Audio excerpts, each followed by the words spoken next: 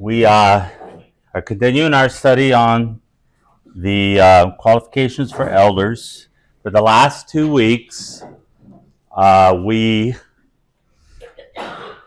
qualification, which we're finally going to read those scriptures today, says not given to wine. So the last 2 weeks, we did a deep dive into what that word wine actually means in the scripture, both in the Old and the New Testament. Because as I hope that you've learned, when you see the word wine in the scriptures, it does not automatically mean what we think of, what you would think of today if someone was talking about wine. And I sent you some articles. I hope that you had or will take a chance to read those. Some of it was what we talked about, but a lot of it was much more in depth than what we spoke about in class here. So hopefully going to finish this up today and then keep going. So we're going to talk about the actual statement from the scriptures, and it's in these two places, 1 Timothy 3:3, not given to wine, and then Titus 1:7, you got to kind of put the not be, it's a not be, and then it lists some things, and it includes drunkard there toward the end of that list.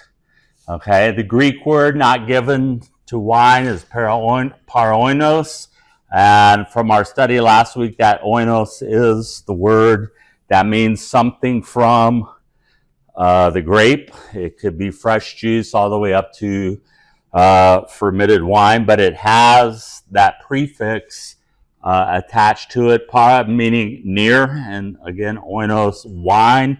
Okay, so that basically literally translates to not near wine. Okay, and I have a few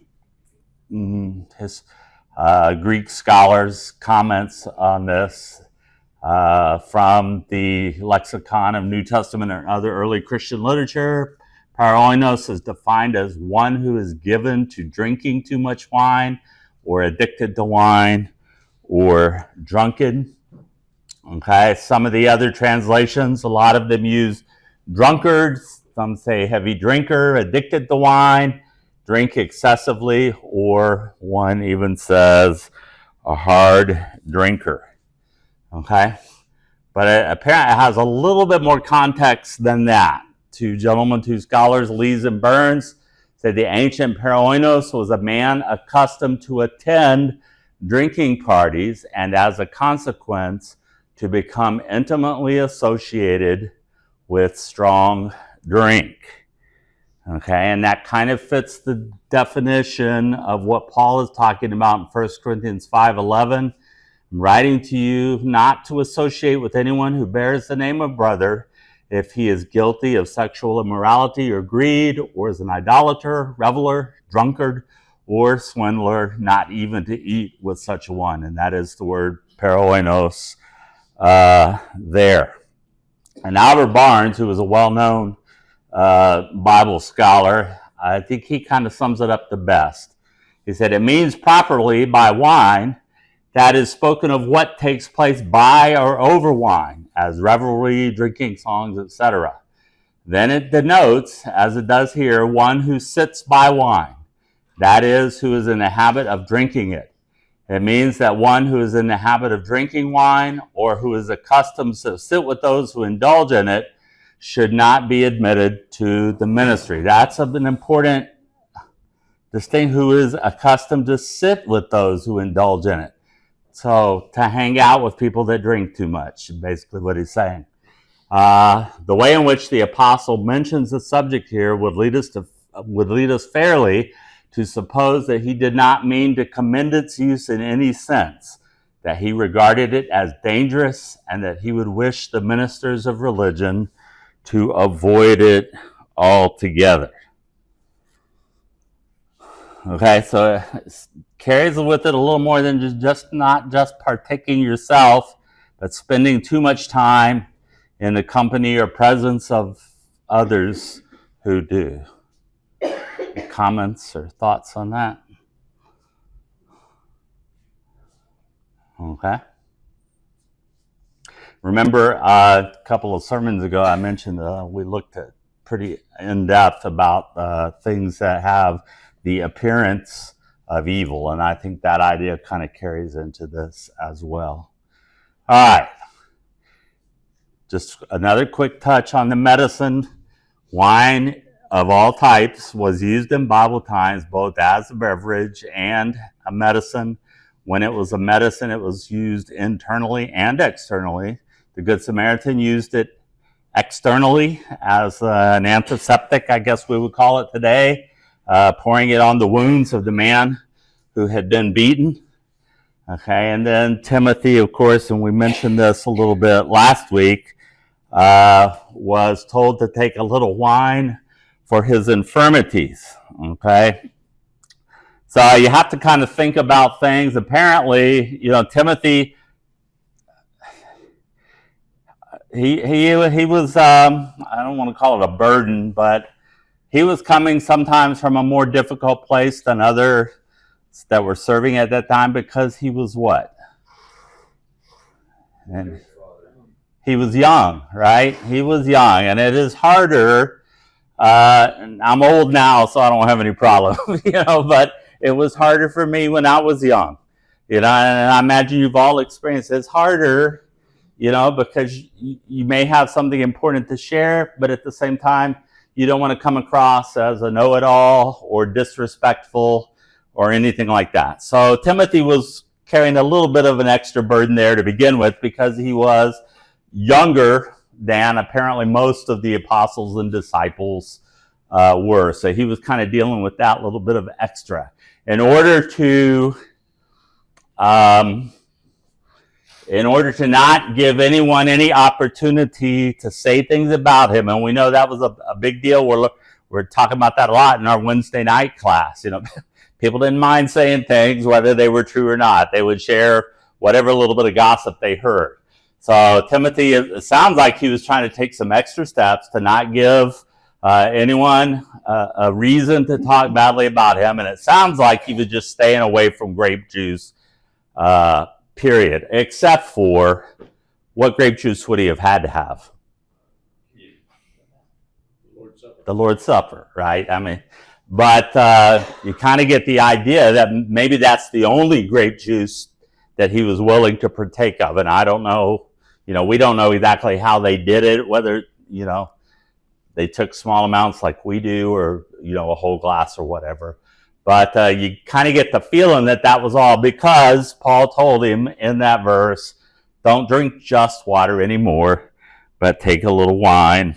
And he probably, for that reason, he probably did mean some kind of fermented beverage. And I came across a couple of things during the week that I did not have available to share with you last Sunday or in those articles that I sent you. As far as using wine for this is from WebMD. A new Spanish study suggests that sipping about 9 ounces of Merlot or a low alcohol red wine changed the mix of good and bad bacteria typically found in the colon in ways that can benefit your health. Researchers suspect it's not due to the alcohol, but to the polyphenol compounds found in the wine. And as I pointed out last week, you can get polyphenols all kind of other ways. And if you're trying to balance the bacteria in your gut biome, you can get prebiotics, probiotics. You can get all kind of biotics. Okay, so we don't need wine for those purposes. But, and I did not. Okay, I forgot to put it in the PowerPoint. In the same article I was reading that shared this, there's also a little blurb that says abuse of alcohol will cause stomach issues, right? So that's why the emphasis would be both from Paul on how much wine? A little wine, right? And, we probably all grew up with maybe parents, but definitely grandparents that lived before our medicine has made as much advances as it has today. So, what was our grandparents' remedy for a bad head cold or something? Jack Daniels, honey. A hot toddy, right? A hot toddy. Did they go and turn the bottle up like this to give you a hot toddy? No, I mean, it was the cooking equivalent of a splash, I guess we would call it, right? So that's kind of, I think, the idea that we get from what Paul is saying to Timothy. Any thoughts or comments? Okay. So, the idea of setting groups of people apart for service to God and restricting them from wine is not new.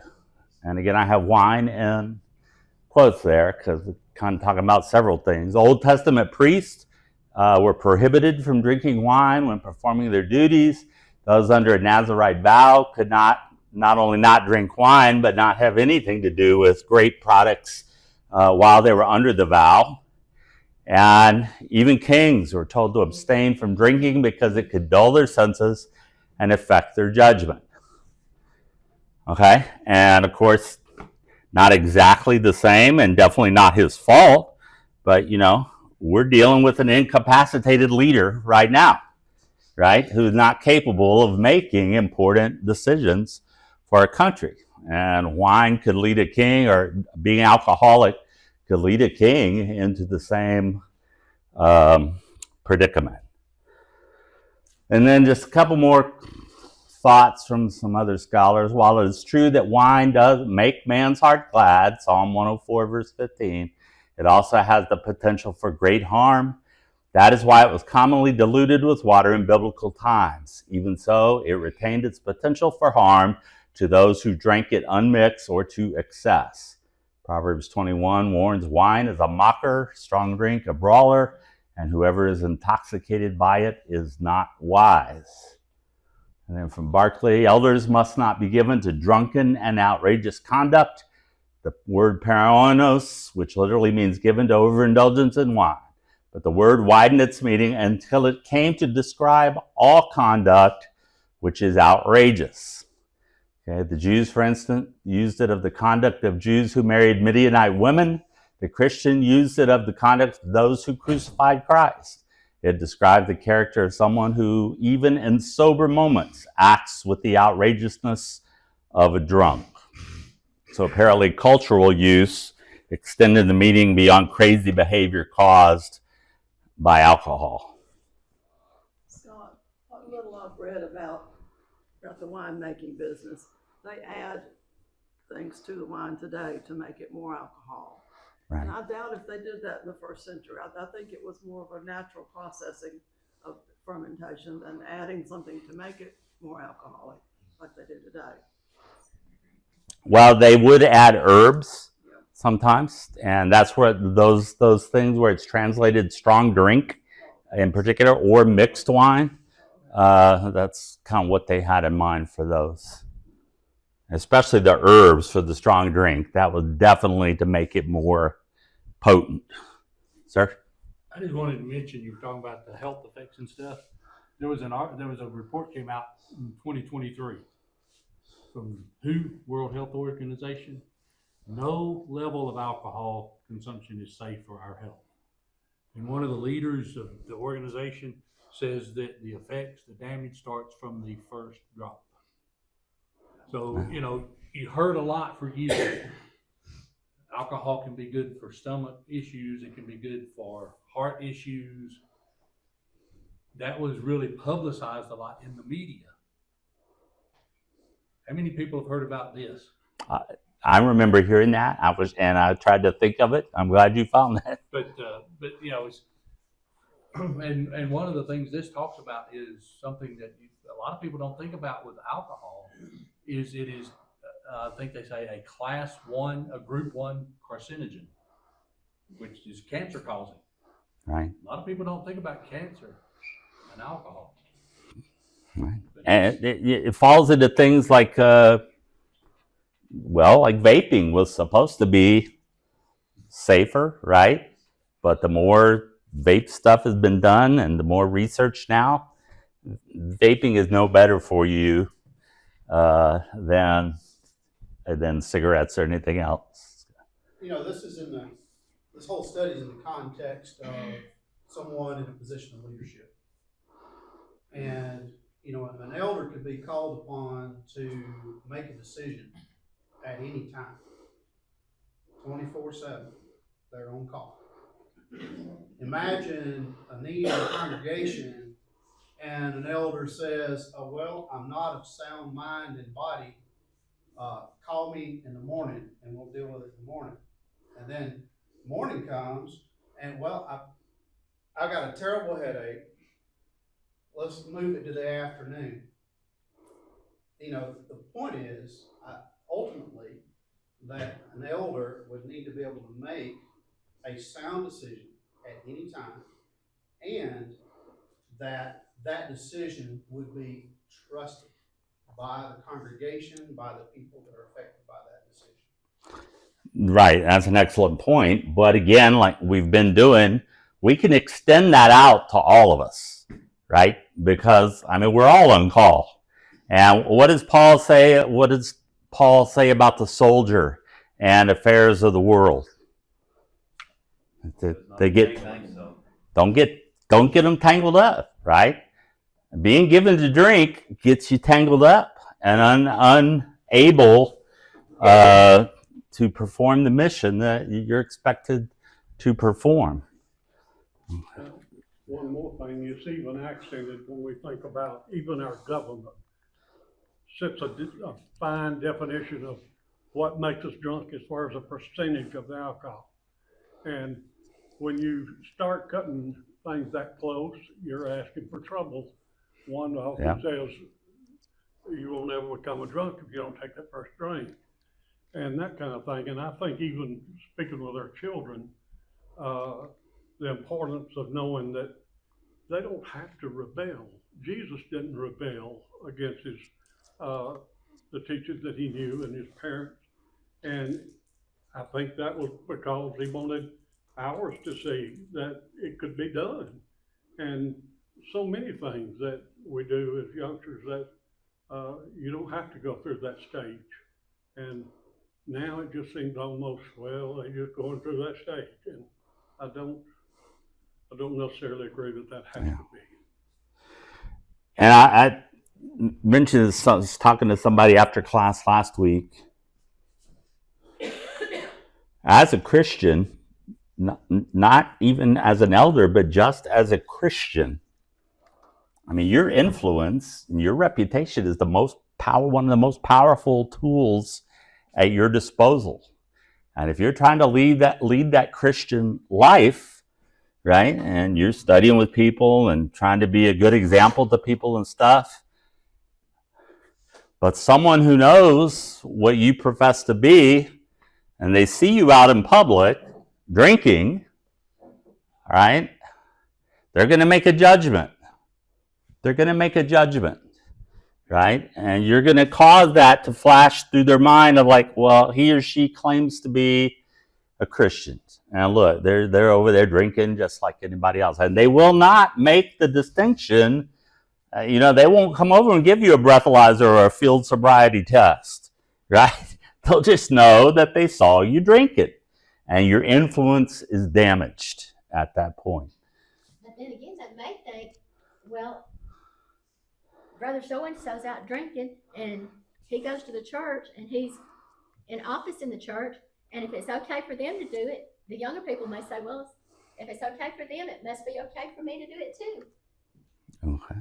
I think the negative influence you would have over somebody, no matter if you profess as a Christian, period, and they see you doing that, it's going to have a whole lot more negative influence on that individual than somebody that they don't know that's sitting over there drinking as well.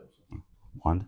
At a party where drinks are served, if you've got anything in your hand, you're suspect. Yeah. Whether it's hot water or what, if you've got anything in your hand. That's right. I knew of a preacher out in San Antonio.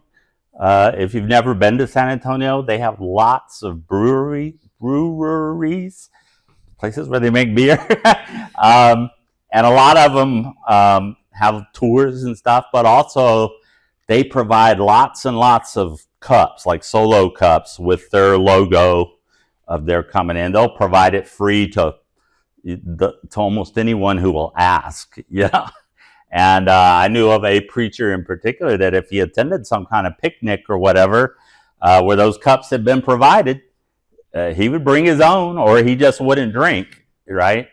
Because of that exact thing. It's been about 35 years. I went out to eat as part of a business meeting, and we went to, I think it was Outback Steakhouse. And while we were waiting for a table, we got seated at the bar. And the people that I was with ordering drinks, and I ordered a drink. I got water. But then I was sitting there, I'm like, well, how does anyone tell that what I'm drinking is water versus vodka or something? And it was, in that moment, as I kind of lived back through that scenario, I looked like I was doing the same thing everybody else was doing. And I think it's real easy to end up setting an example that you don't intend, just by being in association. And one other point is I have family that has a world of drama. And in every situation, alcohol has been involved in magnifying the drama. And we would go visit, and the beer and stuff would get hidden while we were there. And then, slowly it would show up in the back of the refrigerator.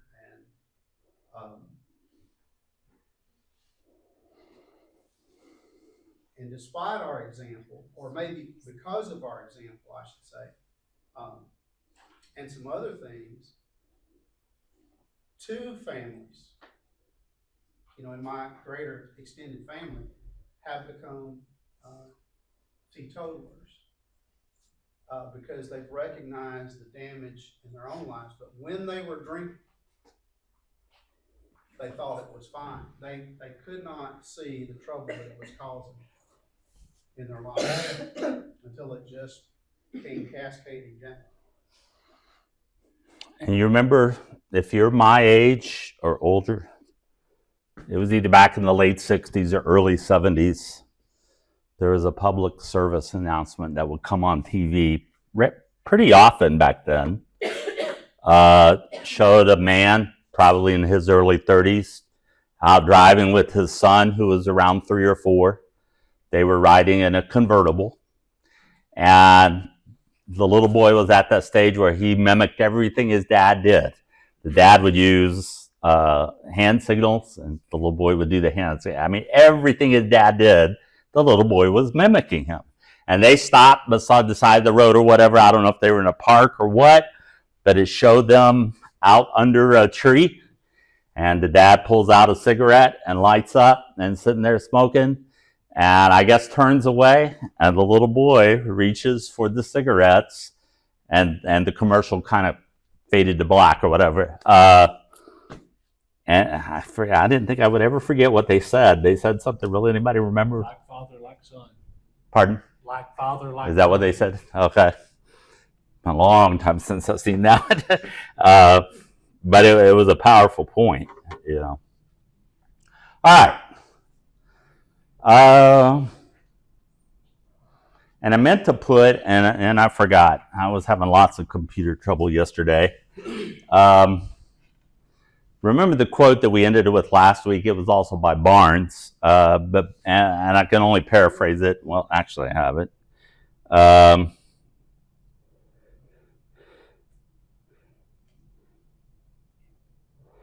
It means that one who is in the habit of drinking wine, or who is is that it? Nope, that's not it.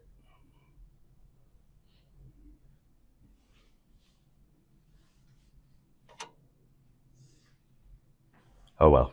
But basically the quote, to paraphrase it, it doesn't do anything useful for us. right? Especially as a Christian. You know, there's not a preacher that says, man, I would preach better if I would step into the little room back there and had a quick nip before I got up. Or the elder who said, oh, I could do this job better. Now, you know, there may be some members of the church that may want to drive the elder to drink. That's a different thing, right? But he's still not going to do his job better if that happens. All right, let's finish up. This is the last, and we've kind of covered this, in my opinion, under without reproach. To me, it's kind of almost talking about the same thing. But that scripture also, and this goes under the elder and his reputation, it says he has to be of good report among those who are what? Outside. That's a big difference, right? Now we're considering now what the world thinks about the man. Timothy says, moreover, and this is the King James Version, moreover, he must have a good report of them which are without, lest he fall into reproach and the snare of the devil. Okay, the Greek word marturia literally means testimony, witness, or evidence. Other translations, he has to have a good reputation, people speak well of him, well thought of by outsiders, good testimony, or well respected. And again, that's out in the community. And then just really one last thing about this is from Strong's here. He said, in the Greco-Roman world, testimony was a crucial element in legal proceedings, serving as a means to establish truth and justice. The concept of bearing witness was also significant in Jewish tradition, where the testimony of 2 or 3 witnesses was required to establish a matter. In the early Christian context, martyria took on a profound spiritual dimension as believers were called to testify to the truth of the gospel, often at great personal risk. And we know how much both the Old and New Testament talked about the importance of witness and of testimony, and that's what he's striving at here. The person that would serve as an elder has to have that level of witness or testimony from the community. Okay? Any thoughts or questions on that? I was asked one time, and you and I discussed it, what the ratio was if you ask everybody that knew me outside of the church or inside, what percentage do you base on this right here? Because I'm sure that everybody I run into that knows me is not going to have something positive to say. Oh, yeah. I was witnessing to a guy yesterday, and after I got done sending a few texts back to him, guy that I had done some work for, I didn't hear anything back from him after that. So, might not ever hear anything back. At what point do you base that on? At what percentage of outside people? Well, if there was one, we would have been given it, I think. That's just a common sense, and it's going to be different. It's going to be different for everyone, and every circumstance will be different. I'll just mention where I worked in worship in Alabama. One of the elders there, he's been in that community for 60-something years. And when I meet people out in the community, mention where I attend church, and the Welches attend there. Yes, they're good people. He worked at a mill there for years.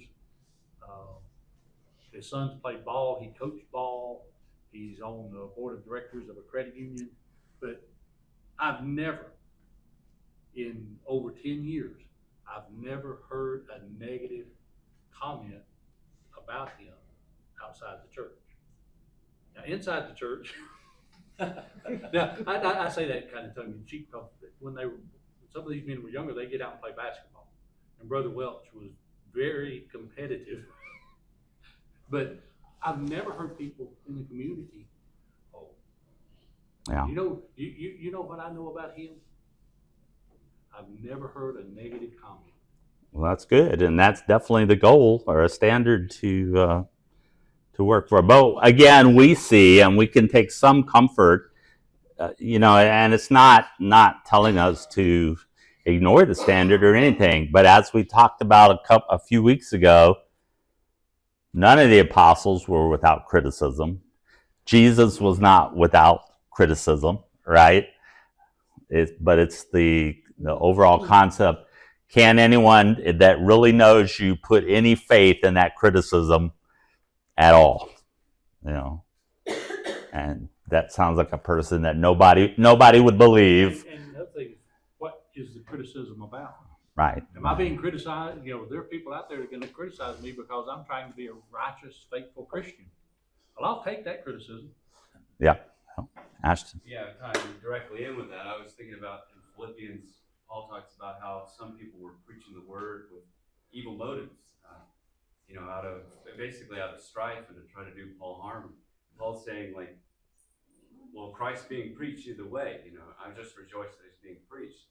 And there's a certain kind of criticism that really is sort of an inverted compliment, where just like they accused Lot, who made you a judge over us? Well, that didn't necessarily mean he was stepping out of line to really appoint himself a judge over them, but it showed that he didn't approve of their evil conduct.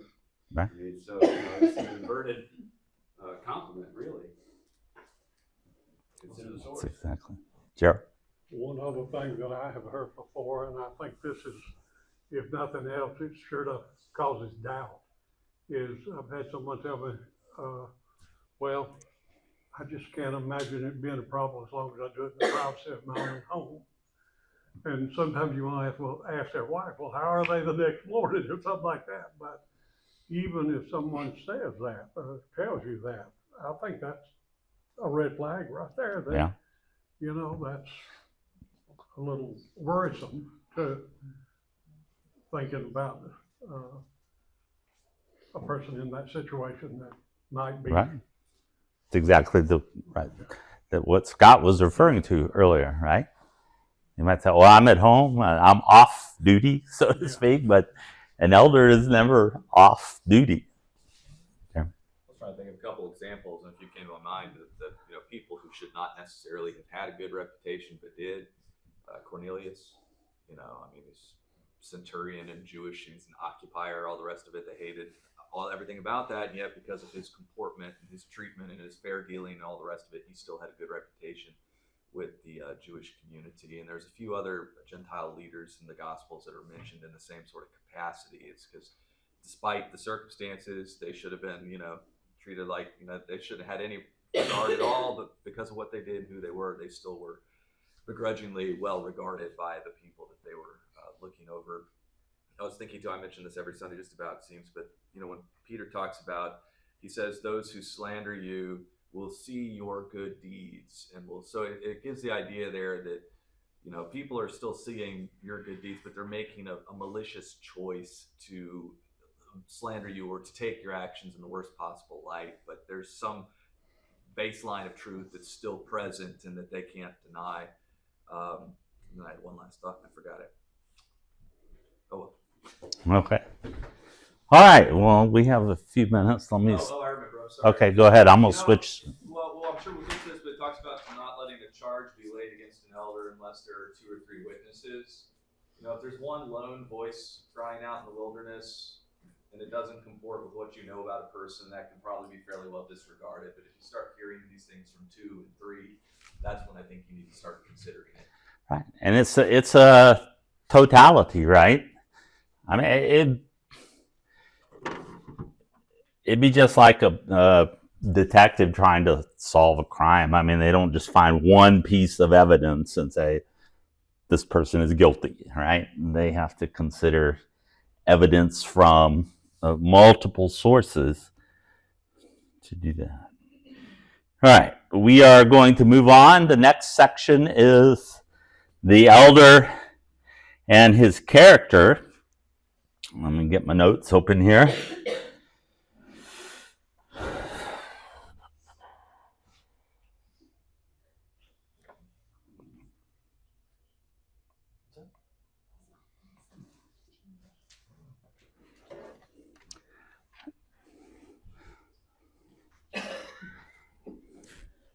Well, while I'm waiting for these to open, All right, quickly review what we've talked about so far. We had a series of lessons on the elder of his family. He's to be the husband of one wife. His wife is to be reverent, not a gossip, but temperate and faithful. He is to rule his own house well. His children are to be in submission with all reverence. They are to be faithful children. And one who can't manage his own house well is not competent to be an elder and shepherd the church. Okay, but again, those are goals that every Christian father should strive for. Okay, lesson 2, the elder in his reputation, he must be blameless. His temper must not be violent or quarrelsome or not soon angry, quick to anger. He cannot be greedy for money. And we just finished talking about not given to wine and having a good report amongst those who are outside. Okay, now we're going to move into, and his reputation, is that internal or external?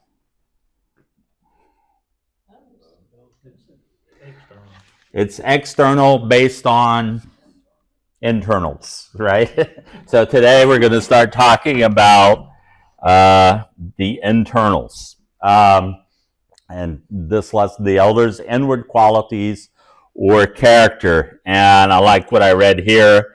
So your reputation is what other people think of you. Get ready, gentlemen. Your character is what your wife knows you are. Okay. So, okay, we can fool everybody else maybe on the outside, but, you know, our wife is with us all the time, and she knows whether it's actually true or not. And an important part, and we've made this point before, but it bears repeating all the time, most of these qualities are developed early in life, right? If you want to be a person of good reputation, you've got to start early. A person of good character, you've got to start early. It doesn't just happen overnight. Okay? So the first quality is a bishop then must be blameless, the husband of one wife, temperate. Okay? Temperate. The Strong's word, or the Greek word nephalios, is used in the New Testament to describe a state of sobriety, and that's not necessarily just not drunk, but sobriety as in dignified, I guess you might say. And self-control, particularly in relation to abstaining from excessive wine consumption. It conveys the idea of being clear-minded and vigilant. That's kind of the point Scott was making earlier. Elders got to be clear-minded at all times because he never knows when he's going to be called upon to help. Qualities that are essential for spiritual leadership and maturity. Okay? Other translations translate the word temperate, self-controlled, vigilant, sober-minded. And this resource said temperate translates a word that generally means abstaining from wine or strong drink. Remember the temperance movement of the early 1900s, right? And that's the same thing. While it can have that sense here, it is more likely that it is used here in a metaphorical sense to describe conduct that is free from any form of excess, particularly in moral and spiritual matters. Somebody have a hand up over here? I was going to almost said exactly what I was going to say, is that temperate, the English word, carries with it not given to extremes. Sort of that, the golden mean, kind of not overly passive, not overly aggressive either. Shakespeare's Sonnet 18, he's comparing a woman to a summer's day, and he says of her, "You're more lovely and more temperate." And then he describes the extremes that a summer's day can endure. Rough winds do shake the darling buds of May, and summer's, and sometime too hot the eye of heaven shines. Sometimes it's too hot, sometimes it's too stormy, but you're more temperate. Okay. So any form of excess, right? You could be too opinionated. right? Or you could be too wishy-washy, right? What happens to squirrels in the middle of the road? They're flat, right? They get run over. And we've all tried to dodge them before, right? When they get out there and they keep going back and forth, right? That's an intemperate squirrel, I suppose. It's too much excess. Okay, so it's not just to